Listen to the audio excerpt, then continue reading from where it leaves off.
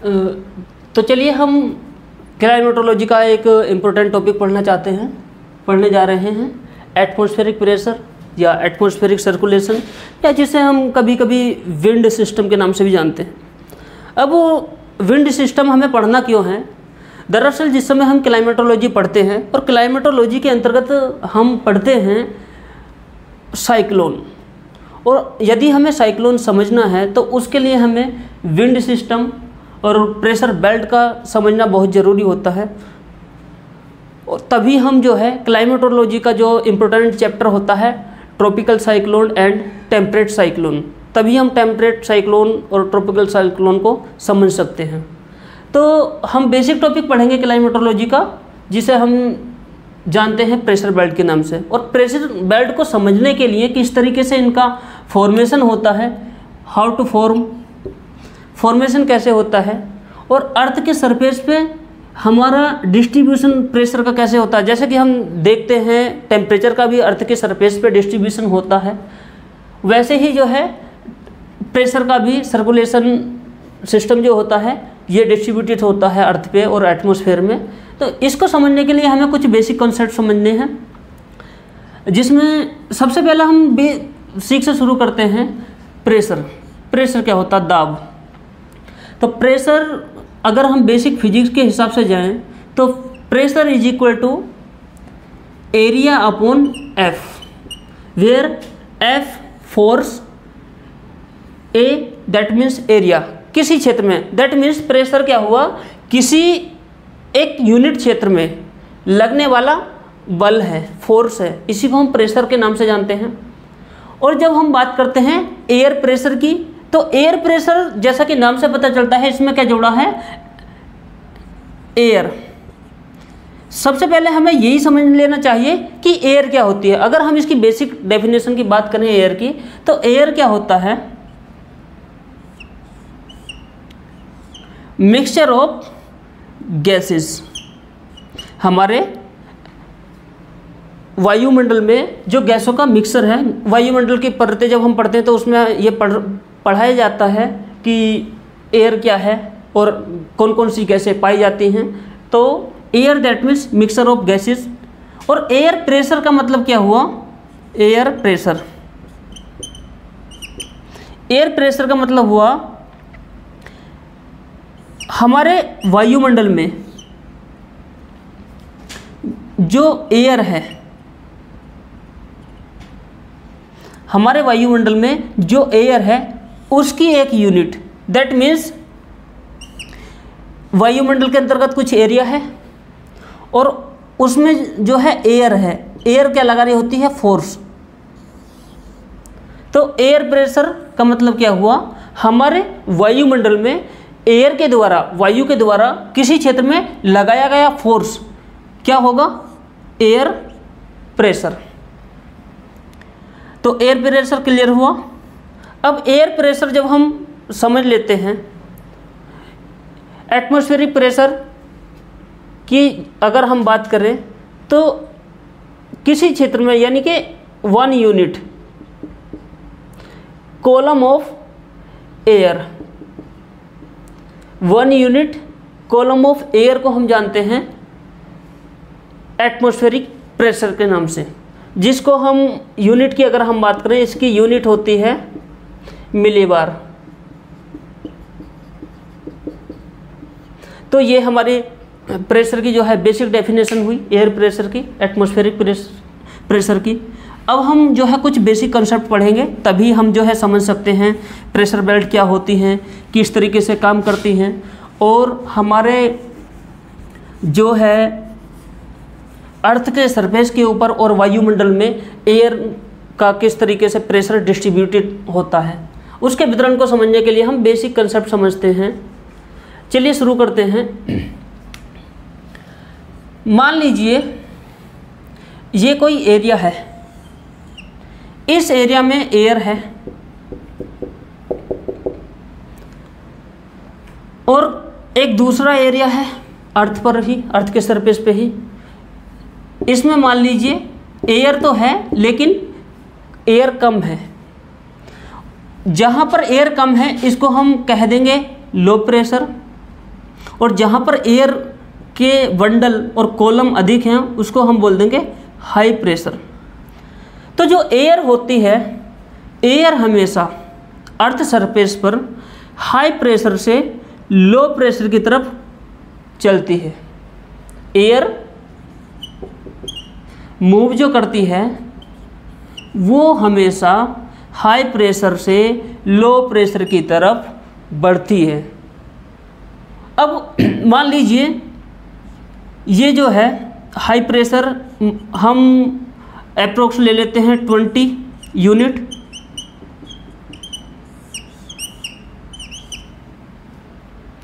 और जो low pressure का एरिया है मान लीजिए हम इसको ले लेते हैं 5 यूनिट। अब यहाँ पर 20 यूनिट और 5 यूनिट के बीच में एक बड़ा डिफरेंस है, एक स्लोप है। यहाँ पर स्लोप किस चीज़ की? एयर के प्रेशर की। तो ये जो एयर प्रेशर की स्लोप होती है that means difference of 2 point air pressure, इसको जानते हैं हम प्रेशर ग्रेडियंट के नाम से, जिसको बोलते हैं हिंदी में दाब प्रवणता।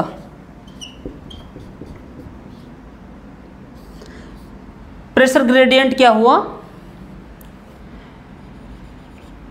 दो प्रेशर पॉइंट के बीच में जो डिफरेंस है, ये डिफरेंस जितना अधिक होगा प्रेशर ग्रेडियंट उतना ही अधिक होगा।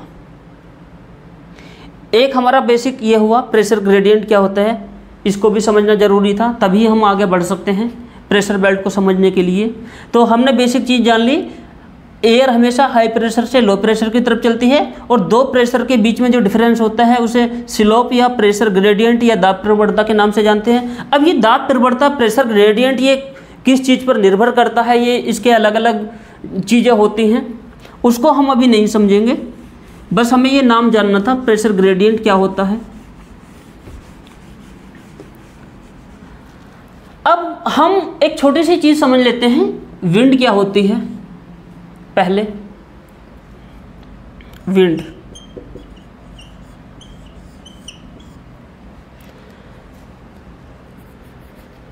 ये क्या है?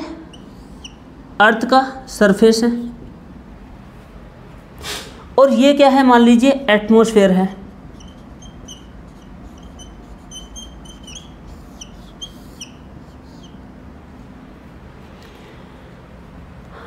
अर्थ के सरफेस के ऊपर मान लीजिए यहाँ पर एक पॉइंट ये है, यहाँ पर हाई प्रेशर है,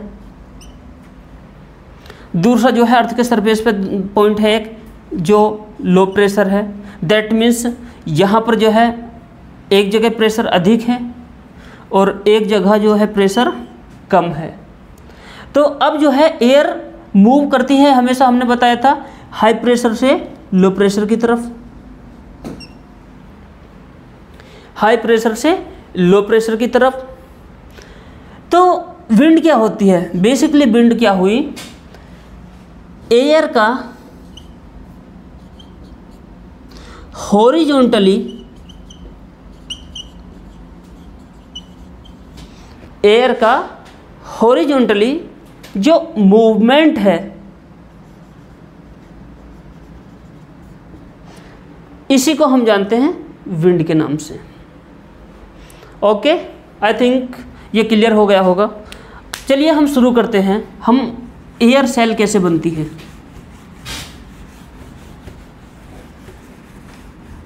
ये बेसिक चीज़ समझ में आ गई होंगी, तो जो हम आगे आप टॉपिक पढ़ने वाले हैं ये आपको समझ में आ जाएगा अच्छे से। चलिए शुरू करते हैं। ये अर्थ सरफेस है, भूपृष्ठ, और एयर जो होती है हमेशा अर्थ को कई बार टच करके चलती है और कई बार उससे कुछ ऊपर चलती है। तो हम मान के चलते हैं कि वो एटमॉस्फेयर की जो पहली लेयर है उसी पे चल रही है। मान लीजिए अर्थ का जो ये पॉइंट है, ए पॉइंट है, यहाँ पर हाई प्रेशर है, यहाँ पर जो है लो प्रेशर है। हमने बताया अर्थ के सरफेस पे जो है एयर हॉरिजॉन्टली मूव करती है, जिसको हम विंड के नाम से जानते हैं। तो यहाँ पर हाई प्रेशर से लो प्रेशर की तरफ जो है विंड बढ़ेगी आगे। अब यहाँ पर अर्थ के सरफेस की बात हुई है, तो अब यहाँ पर लो प्रेशर है, यहाँ पर लो प्रेशर है, तो इधर प्रेशर बढ़ता रहेगा दूसरी तरफ जाके। तो यहाँ से जो है एयर अब ड्यू टू टेम्परेचर, क्योंकि एयर प्रेशर जो है हमारा टेम्परेचर पर वो डिपेंड करता है। अगर किसी भी सरफेस का टेम्परेचर हम बढ़ाते जाएंगे तो उससे प्रेशर कम होता जाएगा, और यदि प्रेशर कम होगा दैट मीन्स वहाँ पर एयर क्या करेगी, राइज करेगी। तो इसी को हमें समझना है। अब यहाँ पर जो है विंड चल रही है हाई प्रेशर से लो प्रेशर की तरफ, हॉरिजॉन्टली मूवमेंट हो रहा है एयर का। अब जो है मान लीजिए यहाँ पर टेम्परेचर अधिक है। टेम्परेचर क्यों अधिक है, कैसे अधिक होता है, किन फैक्टर्स पे वो डिपेंड करता है, ये हम टेम्परेचर के डिस्ट्रीब्यूशन को लेकर समझते हैं, जो हमारा इस टॉपिक से जुड़ा नहीं है। एयर जो है अर्थ के ऊपर तो हाई प्रेशर से लो प्रेशर की तरफ जा रही है, लेकिन अब ये जो है एटमॉस्फेयर है, वायुमंडल है,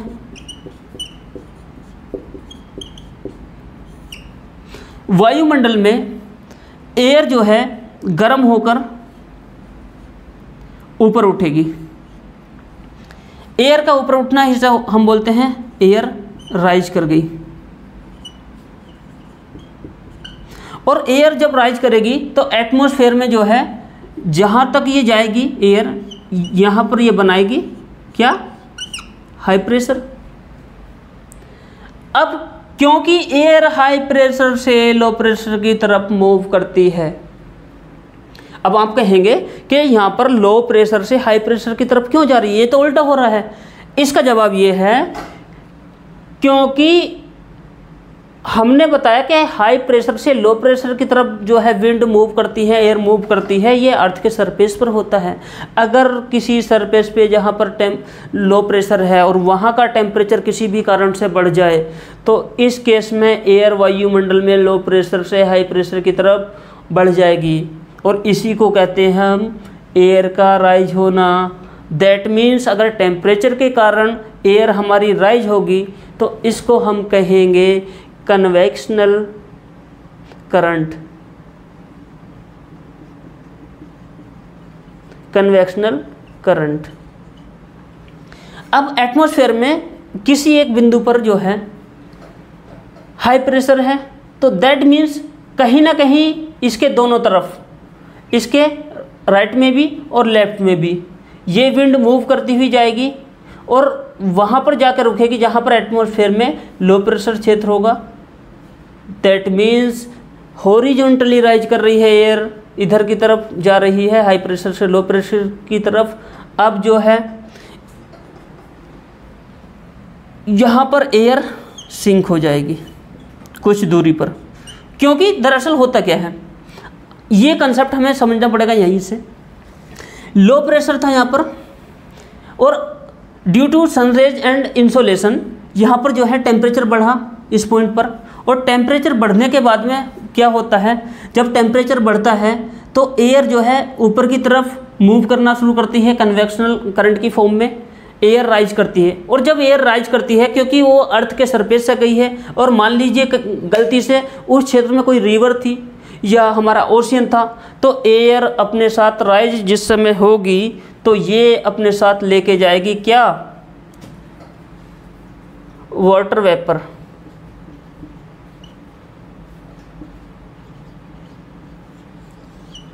वाटर वेपर। तो एयर अपने साथ वाटर वेपर लेके गई, और हम जानते हैं जब अर्थ की सरफेस से हम एटमॉस्फेयर में हाइट को बढ़ाते हैं, हम ऊपर की तरफ चलना शुरू करते हैं, हाइट बढ़ने के कारण टेम्परेचर कम होता है। टेम्परेचर जब कम होता है तो प्रेशर हमेशा हाई होगा, यानी कि प्रेशर बढ़ेगा, और जब प्रेशर एक अधिक ऊंचाई तक बढ़ता जाएगा तो एयर क्या हो जाएगी यहाँ पर, सैचुरेट। और जब एयर सैचुरेट होगी एयर सैचुरेशन का मतलब क्या होता है, ये हम जिस समय पढ़ते हैं, हम क्लाउड फॉर्मेशन पढ़ते हैं तो वहाँ पर ये कॉन्सेप्ट पढ़ाया जाता है प्रेसिपिटेशन से पहले, जो हम रेनफॉल वगैरह पढ़ते हैं उससे पहले। लेकिन फ़िलहाल के लिए हमें बेसिक जानना है अभी, क्योंकि हमें प्रेशर बेल्ट समझना है तो इस चीज़ को भी समझ ही लेते हैं। तो यहाँ पर क्या हुआ, हाइट बढ़ी, टेम्परेचर कम हुआ, टेम्परेचर कम हुआ एटमॉस्फेयर में तो प्रेशर हाई हुआ, और उसके बाद में एयर सैचुरेट होगी तो क्लाउड फॉर्मेशन,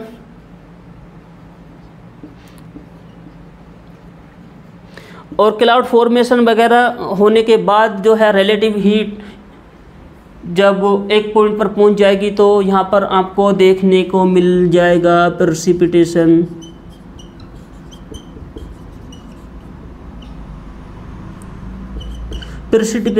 प्रेसिपिटेशन मिलेगा, दैट मीन्स एयर सैचुरेट हुई, क्लाउड बनेंगे। प्रेसिपिटेशन रेनफॉल के रूप में हो सकता है, बरसात के रूप में हो सकता है, वो ओलावृष्टि के रूप में हो सकता है, वो जो है आपको फॉग की फॉर्म में देखने को मिल सकता है।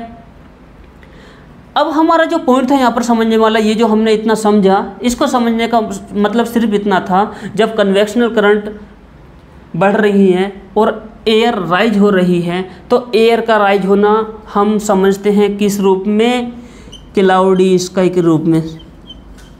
स्काई कैसा होगा, क्लाउडी, यानी कि आसमान में हमें बादल देखने को मिलेंगे। बादल क्यों देखने को मिलेंगे, क्योंकि एयर राइज हुई और राइज होने के बाद में एयर एटमॉस्फेयर में क्या होती है, सैचुरेट होती है, इसलिए एयर का राइज होना क्लाउडी स्काई, एयर का सिंक होना, अर्थ की सरफेस पर बैठना क्लियर स्काई।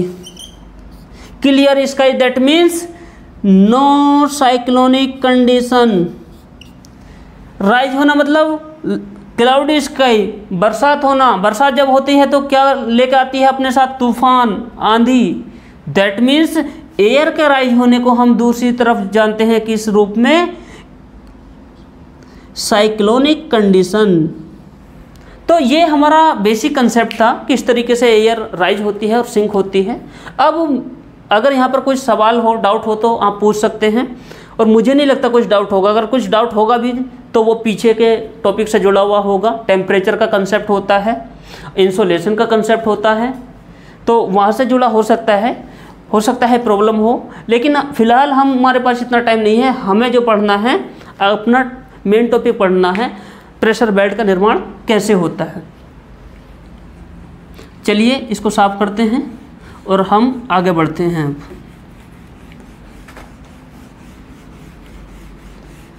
शुरू करते हैं। चलिए फिर आगे बढ़ते हुए हम अपने टॉपिकों की तरफ बढ़ते हैं। प्रेशर बेल्ट किस तरीके से निर्माण होती है और प्रेशर का जो है वितरण किस तरीके का है। चलिए शुरू करें। अब देखते हैं हम, दरअसल जब हम अर्थ की बात करें, ये हमारी अर्थ है और ये 0 डिग्री इक्वेटर लाइन है।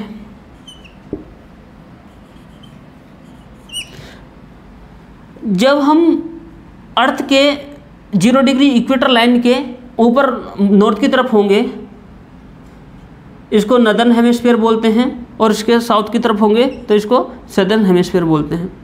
अब on the basis of temperature and insolation of the earth, sun rays के कारण पृथ्वी कितना गर्म होती है, कौन सा क्षेत्र, उसके कारण हम अर्थ को कुछ भागों में डिवाइड करते हैं। जैसे जहाँ पर टेम्परेचर बहुत ज़्यादा अधिक होता है, वो क्षेत्र जो होता है 0 डिग्री से अप्रोक्स 30 डिग्री नॉर्थ और 30 डिग्री साउथ हेमिस्फीयर की तरफ होता है। ये डिग्री क्या होते हैं, अक्षांश रेखाएं और देशांतर रेखाएं। ये हमारा यहाँ का टॉपिक नहीं, वो बेसिक टॉपिक है ज्योग्राफी में जो स्टार्टिंग में पढ़ाया जाता है, उसको मैं एक्सप्लेन करने नहीं बैठूंगा यहाँ, इतनी पंचायत करने का मतलब है नहीं।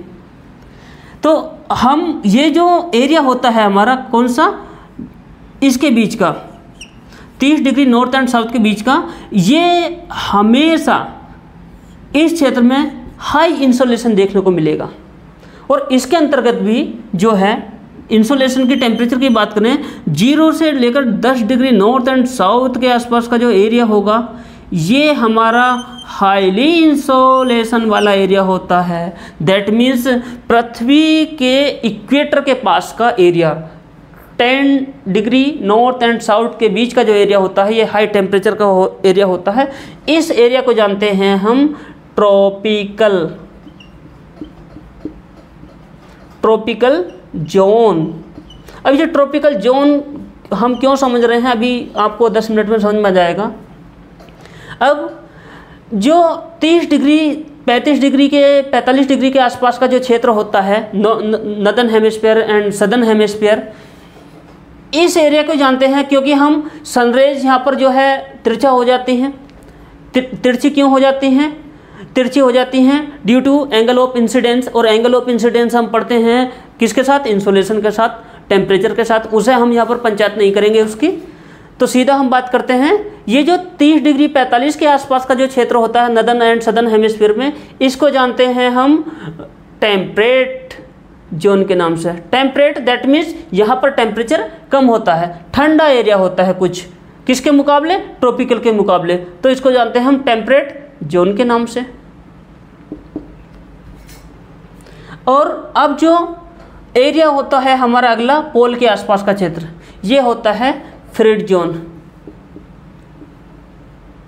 फ्रिज जोन यहाँ पर जो है जमी हुई अवस्था, पोल पे बर्फबारी होती है। साइबेरिया का एरिया देख लो तो दोनों ही तरफ जो है इस तरीके की कंडीशन पाई जाती है अर्थ पे, नॉर्दर्न हेमिस्फीयर और सदर्न हेमिस्फीयर में। ये सब जो होता है इंसोलेशन एंड टेम्परेचर के कारण होता है, वो हम बेसिक कंसेप्ट है वो टेम्परेचर का वहीं पे पढ़ेंगे, ज़्यादा बेहतर है इसको। अभी हमने ये एक्सप्लेन किया है क्योंकि हमें यहाँ पर प्रेशर बेल्ट को समझना है, हमें प्रेशर सेल्स को समझना है, ये ही हमारा मेन टॉपिक है। बाकी सब जो है मोहमाया है। मोहमाया दैट मीन्स मतलब बहुत बेसिक टॉपिक हैं जो कोई भी आसानी से किताब से पढ़ के भी समझ सकता है। तो शुरू करते हैं हम अपना प्रेशर बेल्ट का फॉर्मेशन कैसे होता है। चलिए हम जो है अपने पूरे अर्थ को अक्षांशीय आधार पर बांट लेते हैं। ऐसा एरिया जो 0 डिग्री इक्वेटर लाइन है, ये एक लाइन हमने यहाँ ले ली, 30 डिग्री नॉर्थ एंड साउथ में ले ली हमने एक लाइन, और 66.5 degree northern and southern hemisphere में ले ली। अब हम इसी को हम प्रेशर बेल्ट के हिसाब से समझेंगे। सबसे पहले प्रेशर बेल्ट को अगर मैं बेसिकली डिफाइन करूं आप लोगों को, तो प्रेशर बेल्ट मतलब क्या?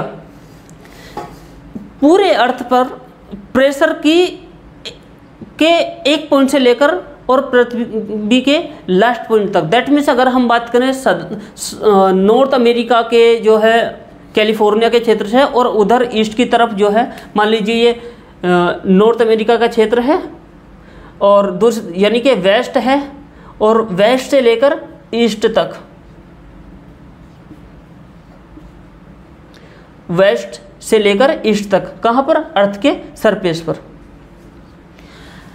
तो जो प्रेशर वेस्ट की तरफ होगा वही प्रेशर जो है पूरे अर्थ पर एक लाइन के रूप में, एक रेखाओं के रूप में आपको देखने को मिलेगा। बेल्ट ही ने इसलिए कहा जाता है क्योंकि यहाँ पर प्रेशर यूनिफॉर्म होता है, लगभग एक समान प्रेशर होता है हर एक पॉइंट पर, तो प्रेशर बेल्ट इन्हें इसलिए कहते हैं। अब ये बनती कैसे है, टॉपिक हमारा मेन ये है।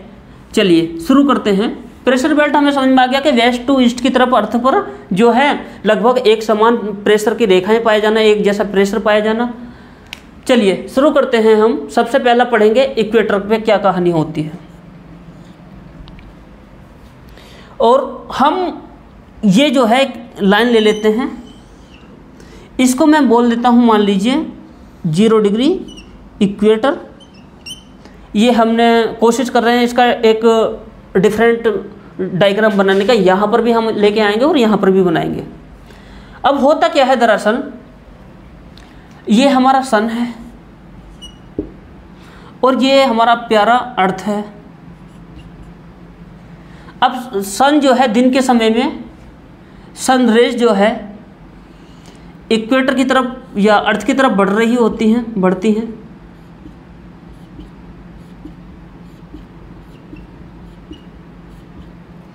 और एक इंसोलेशन का बेसिक कंसेप्ट है जिसमें हम जानेंगे जो हमारा इक्वेटर वाला एरिया होता है ये वर्ष में हमेशा हाई इंसोलेशन जो है पाता है। टेम्परेचर हमेशा उच्च रहता है, क्योंकि इक्वेटर लाइन को 2 बार क्रॉस करता है। 2 बार वर्ष में जो है ओवरहेड होती हैं हमारी सनरेज, कहाँ पर? इक्वेटर पर। अब होता क्या है, इक्वेटर पर पूरे वर्ष तक जो है टेम्परेचर बना रहेगा, टेम्परेचर बना रहता है। यहाँ पर टेम्परेचर यहाँ पर हाई होगा, तो बेसिक कंसेप्ट जो हमने समझा था, किसी भी क्षेत्र में अगर हम वहाँ पर टेम्परेचर को बढ़ा देंगे तो प्रेशर जो है कम हो जाएगा, प्रेशर क्या हो जाएगा? कम हो जाएगा। और जब प्रेशर कम होगा अर्थ की सरफेस पे, तो एयर क्या करेगी? राइज करेगी, एयर ऊपर की तरफ उठेगी। और जब एयर जो है एक क्षेत्र से दूसरे क्षेत्र की तरफ जाएगी, तो उस स्थिति में हमें देखने को मिलेगा उस एरिया में प्रेशर कम होता जाएगा। और भी इसका मतलब ये हुआ, जो इक्वेटर लाइन है हमारी, इक्वेटर लाइन पर जो है एरिया थर्मली गर्म होता रहेगा, हीट अप होता रहेगा दिन के समय में, और यहाँ पर टेम्परेचर जो है बढ़ेगा, प्रेशर कम होगा, एयर राइज करेगी। तो यहाँ पर क्या होता है, मान लीजिए हम ये सनरेज डायरेक्टली हेड कर रही थी किसको? इक्वेटर को। अब यहाँ से क्या हुआ, एयर जो है टेम्परेचर बढ़ा, एयर की तरफ, एयर ने जो है उठना शुरू कर दिया ऊपर की तरफ एटमॉस्फेयर में, वायुमंडल में। अब एयर उठी, अगर हम इस चीज़ को यहाँ पर समझे, ये जो है ओवरहेड की, यहाँ पर एयर जो है इंसोलेशन हुआ, सनरेज ओवरहेड हुई, इससे क्या हुआ, यहाँ पर टेम्परेचर जो है बढ़ा, टेम्परेचर बढ़ा तो यहाँ पर क्या हुआ, प्रेशर कम हुआ। तो यही स्थिति जो है आपको एटमॉस्फेयर में, ये क्या है, पृथ्वी के चारों तरफ एटमॉस्फेयर लगा है, तो यहाँ पर जो है एयर उठना शुरू हुई ऊपर की तरफ।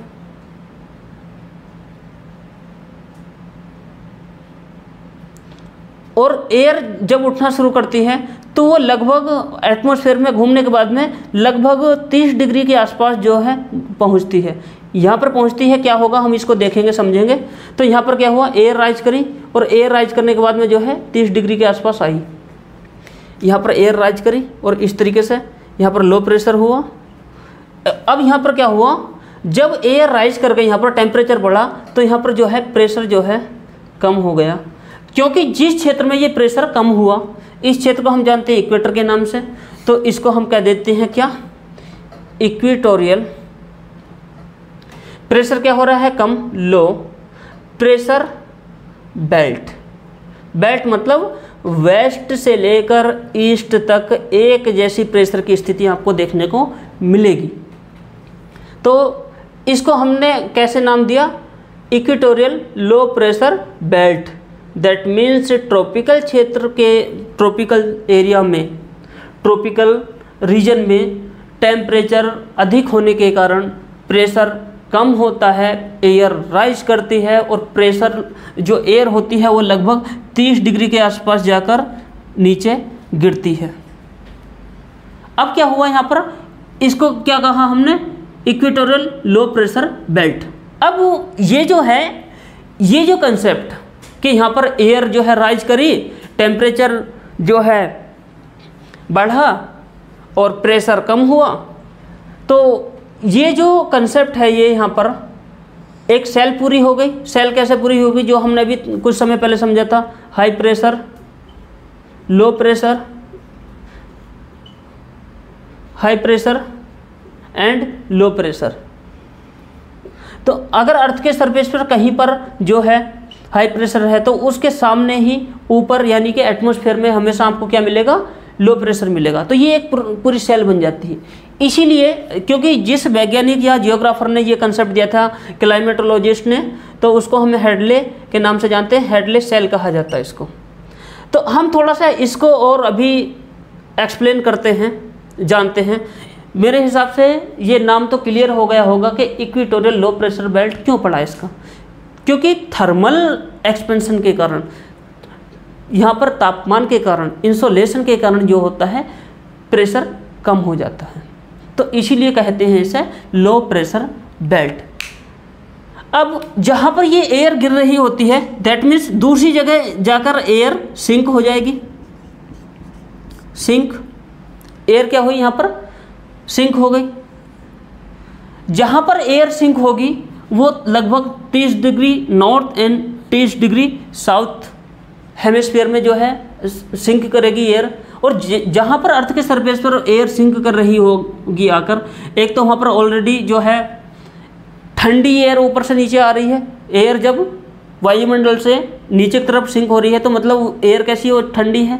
और यहाँ पर जो है ऑलरेडी टेम्परेचर की जो है कमी होती है। और दूसरी तरफ सीधा सा एक कंसेप्ट है, अगर पहले लो प्रेशर है तो आगे कैसा होगा, हाई प्रेशर, क्योंकि विंड भी चलेंगे यहाँ से अभी। तो अगली जो हमारी बेल्ट बनती है उसको हम जानते हैं, ये ट्रॉपिकल से हम ऊपर की तरफ बढ़ रहे हैं तो क्या नाम देंगे इसको, सब ट्रॉपिकल। सब ट्रॉपिकल प्रेशर कैसा होगा, यहाँ पर हाई। क्यों हो रहा है हाई प्रेशर, क्योंकि हेडली सेल वाला कंसेप्ट जो है कहता है कि एयर यहाँ पर 30 डिग्री के आसपास लगभग सिंक कर रही है, तो इसको कहते हैं हम सब ट्रॉपिकल हाई प्रेशर बेल्ट। अब क्या होता है, अब 30 डिग्री के आसपास ये वाली स्थिति मिली आपको कि यहाँ पर एयर सिंक हो गई, तो यहाँ पर हाई प्रेशर बेल्ट का निर्माण हो गया। अब आगे जो फेरल सेल है, ये 30 डिग्री से 66 डिग्री के आसपास टेम्परेचर जो है और भी कम होता है। अब क्योंकि यहाँ पर ऑलरेडी हाई प्रेशर हो गया है 30 डिग्री पर, तो सामने जो ऊपर एरिया होगा यहाँ पर जो है एक लो प्रेशर क्रिएट होगा। लो प्रेशर यहाँ पर क्यों क्रिएट होता है, क्योंकि पोल की तरफ से आने वाली ठंडी हवाएं भी लगभग 66.5 डिग्री के आसपास जो है आकर सिंक करने लगती हैं। तो यहाँ पर हाई प्रेशर इसको बोलते हैं लो प्रेशर। लो प्रेशर कौन सा, क्योंकि ये कैसा एरिया है, ठंडा एरिया है, that means temperate low pressure belt. और पोल की तरफ ऑलरेडी ठंडा है, पोलर सेल बनेगी, दैट मीन्स हवाएं जो हैं पोल से 66.5 डिग्री की तरफ आ रही होंगी। यहाँ पर क्या होगा, हाई प्रेशर। क्यों होगा, क्योंकि यहाँ पर वैसे भी जो है सनरेज देखने को मिलेंगी नहीं। तो इस तरीके से हमारी ये 4 सेल बनती हैं। यही स्थिति नदर्न हेमिस्फीयर में होती है और यही स्थिति आपको सदर्न हेमिस्फीयर में देखने को मिलेगी। इक्वेटोरियल लो प्रेशर बेल्ट, सब ट्रॉपिकल हाई प्रेशर बेल्ट और टेम्परेट लो प्रेशर बेल्ट और पोलर हाई प्रेशर बेल्ट। चलिए अब हम जो है एक एक को एक्सप्लेन करना शुरू करते हैं और जानते हैं किस तरीके से ये क्या हो रहा है। ये हमने बेसिक देखा था इसका, अब हम एक एक को करके समझते हैं। सबसे पहले हम समझेंगे इक्वेटोरियल लो प्रेशर बेल्ट। जो है नामकरण कर लिया एक प्रकार से, किसका, प्रेशर बेल्ट का। हमने जान लिया ये जो हेडलेस सेल। अब यहाँ पर एक बेसिक क्वेश्चन बनता है जैसे कि इक्वेटोरियल लो प्रेशर बेल्ट का रिलेशन किससे है, किससे, हेडलेस सेल से। सब ट्रॉपिकल हाई प्रेशर बेल्ट का रिलेशन है किससे, फेरल सेल से। पोलर हाई प्रेशर बेल्ट का रिलेशन है किससे, पोलर सेल से। तो ये बेसिक से कॉन्सेप्ट बनते हैं। ठीक है, हम जो है अपना शुरू करते हैं। सबसे पहली बेल्ट को हम पढ़ेंगे। So let start. Equatorial low pressure belt. Yes, तो मैंने क्या बताया था, मैंने बताया था कि इक्वेटर के ऊपर जो है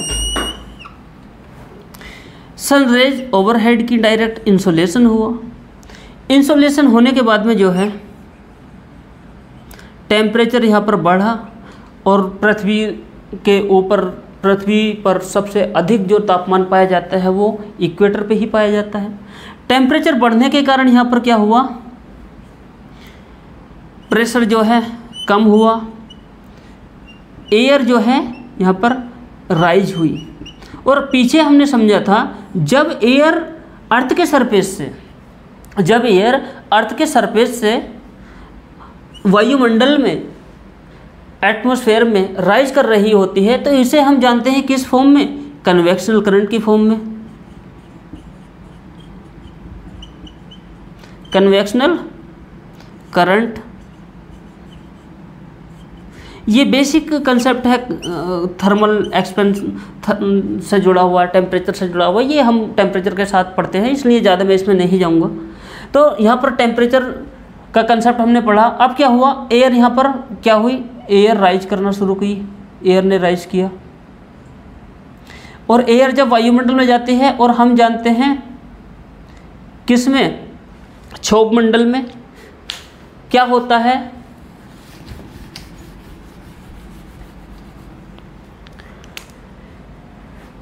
टेम्परेचर में जो है कमी आने लगती है। यानी कि जब हाइट बढ़ती है एटमॉस्फेयर में, वायुमंडल में, तो यहाँ पर टेम्परेचर कम हो जाएगा, और टेम्परेचर कम हुआ दैट मीन्स यहाँ पर प्रेशर तो बढ़ेगा ही बढ़ेगा, याद रखना। ये तो टेम्परेचर कम होगा दैट मीन्स एयर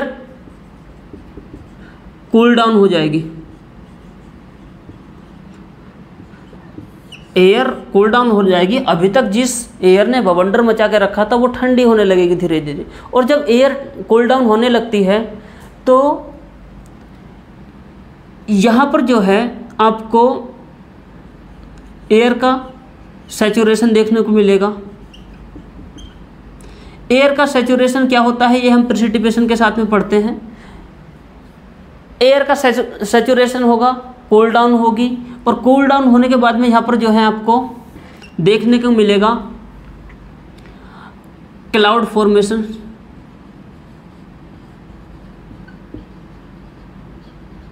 और जब क्लाउड फॉर्मेशन होगा तो आपको जो है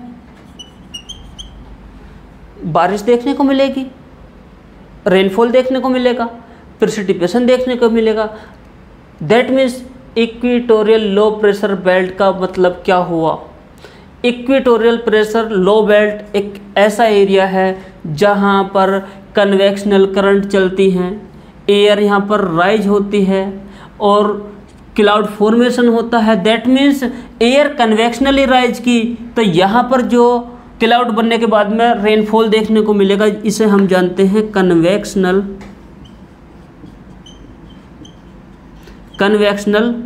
रेनफॉल। कन्वेक्शनल रेनफॉल की विशेषता क्या होती है, बहुत तेजी के साथ वर्षा होती है। आपने सुना होगा कि इक्वेटोरियल लो प्रेशर बेल्ट का जो एरिया है, लाइक अगर हम अमेजन बेसिन के आसपास की बात करें तो यहाँ पर आपको कॉन्गो बेसिन की बात करें, साउथ अमेरिका की बात करें, तो इन क्षेत्रों में जो है शाम को 4 बजे तक, दिन में 4 बजे तक जो है टेम्परेचर बढ़ा, और बाद में क्या होती है बहुत तेज़ी से 4 बजे तक बारिश हो जाती है। तो वो जो रेनफॉल होती है वो कन्वेक्शनल रेनफॉल होती है। कन्वेक्शनल रेनफॉल का मतलब क्या हुआ, कन्वेक्शनल रेनफॉल बहुत तेज़ी से होती है। दैट मीन्स यहाँ पर जो है बरसात वाले जो हैं वो बादल बनेंगे, जिसको हम जानते हैं किस नाम से, क्यूमुलो निम्बस क्लाउड। यहाँ पर क्यूमुलो निम्बस क्लाउड देखने को मिलेंगे, कन्वेक्शनल रेनफॉल देखने को मिलेगी। तो इक्वेटोरियल लो प्रेशर बेल्ट की सबसे पहली जो कैरेक्टरिस्टिक है वो यही है, यहाँ पर कन्वेक्शनल रेनफॉल होती है, क्यूमुलस निम्बस होता बनेंगे, शाम के 4 बजे तक एकदम से बारिश हो जाएगी, दिन में टेम्परेचर बढ़ेगा। और आगे क्या होता है, अगली इसकी जो कैरेक्टरिस्टिक है वो समझने के लिए हमें, जब यहाँ पर क्लाउड बने बारिश हुई, that means equatorial low pressure belt कैसा एरिया है जहाँ पर आपको स्काई कैसा होगा, क्लाउडी होगा। क्लाउडी होगा दैट मीन्स बारिश हो रही है, बारिश का संबंध किससे होता है, साइक्लोन से। तो इसका मतलब ये हुआ यहाँ पर क्या देखने को मिलेगा आपको, साइक्लोनिक कंडीशन।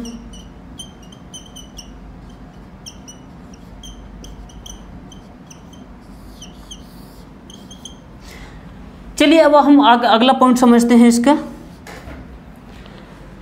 अब नेक्स्ट पॉइंट समझने के लिए हमें जो है थोड़ा सा विंड का सिस्टम में देखना पड़ेगा। अब होता क्या है, मैंने बताया था आपको, विंड हमेशा अर्थ के सरफेस पर जो है हाई प्रेशर से लो प्रेशर की तरफ बढ़ती है। अब होता क्या है, जो सब ट्रॉपिकल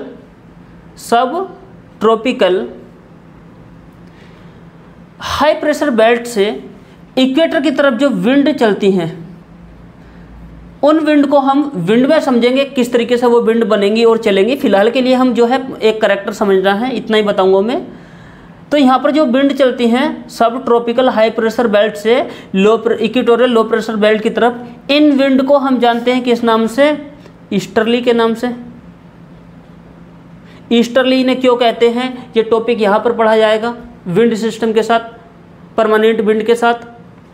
तो यहाँ पर जो होता है नॉर्थ पोल और साउथ पोल की तरफ से जो है जो विंड होती हैं, ईस्टर्ली विंड होती हैं, ईस्टर्ली ट्रेड विंड जो होती हैं, ये इक्वेटोरियल क्षेत्र में आके मिलना शुरू करती हैं। दैट मीन्स एयर जो है यहाँ पर क्या होती है, विंड जो है यहाँ पर यानी कि नदर्न हेमिस्फीयर से, नदर्न हेमिस्फीयर का मतलब सब ट्रॉपिकल हाई प्रेशर बेल्ट से, और यही स्थिति साउथ हेमिस्फीयर में, साउथ हेमिस्फीयर में भी हाई प्रेशर बेल्ट की तरफ से जो ट्रेड विंड होंगी, ट्रेड विंड्स, ये जो है आकर हवाएं मिलेंगी। यानी कि साउथ से हवाएं गई, इक्वेटर की तरफ बढ़ी, नॉर्थ से हवाएं आई, ईस्टर्ली ट्रेड विंड, वो भी कैसे बढ़ी, इक्वेटर की तरफ बढ़ी। तो यहाँ पर जो है विंड आकर मिल रही हैं। दैट मीन्स ये एरिया कैसा होने लगेगा, एरिया यहाँ पर जब विंड मिलेंगी शांत एरिया होने लगेगा,